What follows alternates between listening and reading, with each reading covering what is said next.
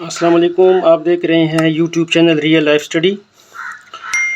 یہ آپ کی کلاس 6 آکسفورڈ 4th ایڈیشن کی board computer science with application soft where کی بک ہے۔ اس میں آج ہم انشاءاللہ فرسٹ چیپٹر کا 4th جنریشن ہم ڈسکس کریں گے۔ اس سے پہلے ہم نے 3rd جنریشن تک ڈسکس کیا ہے۔ میں ریکیپ کر لیتا ہوں کہ فرسٹ جنریشن میں جو کمپیوٹر استعمال ہوتے تھے وہ بہت بڑے بڑے ہوتے تھے، اس میں وائرس ہزاروں کی تعداد میں لمبی لمبی استعمال ہوتی تھی۔ پھر سیکنڈ جنریشن میں ویکیوم ٹیوب کا استعمال